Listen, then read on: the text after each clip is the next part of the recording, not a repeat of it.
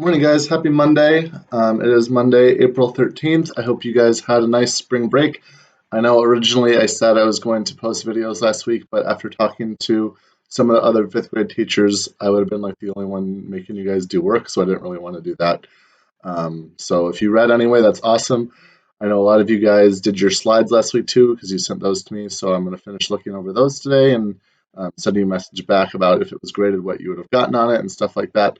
Um, but I will do those probably this afternoon. So it is Monday. So I guess we can, like we would normally do, I'll share my weekend. For last spring break or last week, I feel like it was pretty nice out most of the days. So I try to be outside as much as possible, doing a lot of stuff in the yard. And we power washed and went for bike rides and all sorts of fun outdoor stuff because there's not a whole lot else we can do, right? And then Saturday was my birthday, so that was fun, just being at home with family, and we went for a long walk and had some cake and presents and all that stuff. And then yesterday on Easter, that was kind of weird too, just not being going to church and doing that. But we just had went for another walk, and then we had like a normal Easter dinner, and that was pretty much that. Okay, so we will read our chapter for today. And then I'll let you know what we're going to be doing. This is the last week we're going to kind of be following this type of plan. And then next week we're going to be doing something a little bit different because now that we've gotten word from Mrs. Jamerson and Mr. Pruitt, the superintendent, we have to kind of switch up what we're going to be doing for the rest of the year since now we officially know that we're not going to be coming back. Okay, so we are on chapter 7.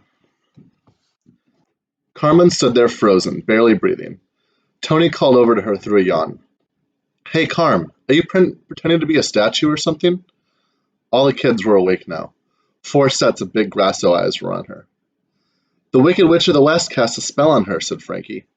The kids all giggled, and Carmen knew they expected her to join in. But she couldn't laugh right now. She pushed open the door to the kitchen. That would make sense. She had to get out of the apartment before she burst into tears. She would go to the stable. Mr. Vito was in Connecticut visiting his cousins. Carmen could get Rosie and take her to the park. She wouldn't have to talk to anyone. She stumbled into the kitchen and headed straight for the coat rack. Mrs. Grasso stood up. Carmen, do you feel all right? Yes, but I'm going to school, Carmen lied, struggling to keep her voice steady. She threw on her coat. Mr. Lawrence wanted some kind of help. Remember at the end of the last chapter, she realized that they were planning on sending her back to Italy, so she's probably trying to get out of there. So early? Mrs. Grasso said. It's barely even 7. But Carmen was already in the hallway, ignoring the voices calling after her. She flew down the stairs and out the door onto the street. Her mind was swirling. How could they send her back? This couldn't be Nona's idea, could it? She and Carmen had been writing to each other nonstop, but Nona hadn't written a word about that. The Grassos knew how much Carmen missed Nona. Did they somehow think Carmen wanted to go back to Italy? Somehow she made it to the stable. She waved hello to Mr. Paolo, the cheery older man who was watching the horses while Mr. Vito was gone. She hurried to Rosie's stall. She didn't bother with the saddle. She just climbed up and clicked her tongue. Rosie knew that meant go. They headed toward the park by the harbor. Usually the sound of Rosie's horseshoes on the cobblestones was soothing to Carmen, but today each footstep was a hammer pounding on her heart. Clap, clap. She imagined herself saying goodbye to Mr. Vito. Clap, clap to Mrs. Grasso. Clap, clap to Tony. Who would ride her after Carmen left? By the time they reached the park, Carmen's chest felt bruised. She looked out at the ships, remembering when she and Papa first sailed into Boston Harbor. Papa was so excited. Anything's possible in America, Papa always said. If you work hard, a person can be anything they want to be. You couldn't be anything you wanted to be in southern Italy, though. Not unless you were already very rich. Papa had barely earned enough money as a farmer. All the men were farmers or fishermen. There were no other jobs. And girls? They got married and had babies. But Carmen wanted a family of her own one day, but she didn't want that to be her only one job. Maybe she'd be a teacher like Mr. Lawrence, or a nurse and help people who are sick, or she could write a book, like The Wonderful Wizard of Oz. She'd never do any of those things if she went back. There wasn't even a school in her village. Rosie came to a stop near the playground as if she knew Carmen needed a break. Carmen slid down and buried herself in Rosie's mane, staring at her shiny new boots through the mare's soft white hair. Suddenly, anger boiled up inside her. She wasn't angry at the Grassos, not after everything they'd done for her. She was mad at herself. All this time she'd let herself feel a part of the Grasso family.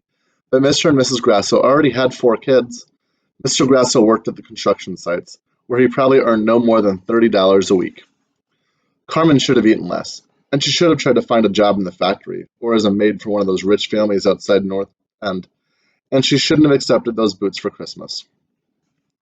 Carmen kicked the dirt so hard that Rosie whinnied. "Sorry, girl," Carmen said, giving Rosie a gentle stroke on her forehead. Carmen paced back and forth, wrestling with her thoughts in her head. School would start soon, but Carmen decided for the first time ever to play hooky. What did math or spelling matter now that she was going to be going back to Italy? The only math she'd need there was to be for counting goats and rows of tomato plants. She'd never even speak English again. Carmen stood there for what felt like hours, until she was too tired she had to sit down.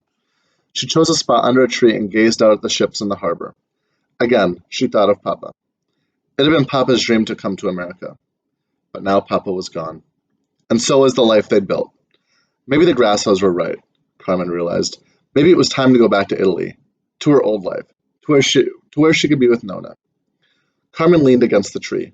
She imagined her grandmother's arms around her.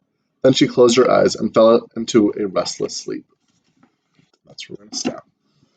All right, on Monday today, in a little bit, I'm going to put up by the time you get this, actually, there'll already be a challenge up on ExactPath. I need to go look and see who got theirs last time. I forgot to look who met their challenge last time. So those people that met it, I will give you a shout out in the video tomorrow. So I want you to do ExactPath for 10-15 minutes. I would like you to then read for 20-25 minutes. So that's reading a actual book, or it's going online and reading online. I know a lot of you guys are still doing that, which is awesome. And even last week, I got notifications that people had read their 30th book online, so that was pretty cool. And then there on Google Classroom today, there will be another social studies article. This one is going to be on, I think, the Boston Massacre. Yeah, so we'll read about that, or you'll read about that, and then there'll be some questions to answer. And that's going to lead kind of what we're going to be doing next week as well. So next week, we're going to start doing some different ELA lessons type stuff. So not just doing the same thing over and over again, but we'll actually start doing some lessons and learning some new material.